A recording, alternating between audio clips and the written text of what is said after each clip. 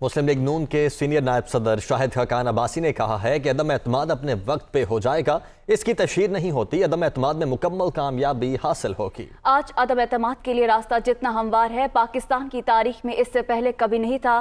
انہوں نے مزید کہا کہ دنیا کے کسی ملک میں ایسا نہیں ہوتا کہ ایک ہی دن میں پیٹرولیم مصنوعات کی قیمتوں میں 12 روپے اضافہ ہو جائے۔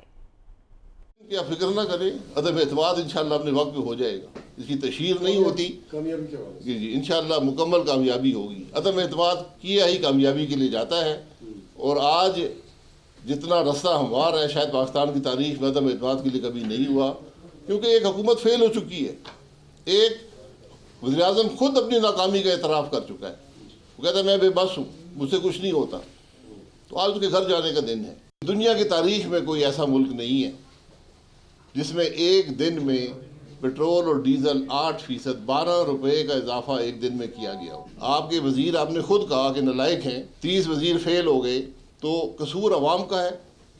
آج اس کی عوام بھگتیں گے جو آپ۔ مجھے محسن بیگ صاحب سے کوئی ہمدردی نہیں ہے، میری ہمدردی تو اس وفاقی وزیر کے ساتھ ہے جس کی عزت کو اچھالا گیا، کیا نام ہے اس کا، مراد سعید، کیونکہ وہ پارلیمان کا ممبر ہے، جیسے بھی الیکٹ ہوا اس حکومت کا وزیر ہے، پاکستان کا وفاقی وزیر ہے، کسی کو یہ حق حاصل نہیں ہے کہ اس کی عزت کو اچھالے۔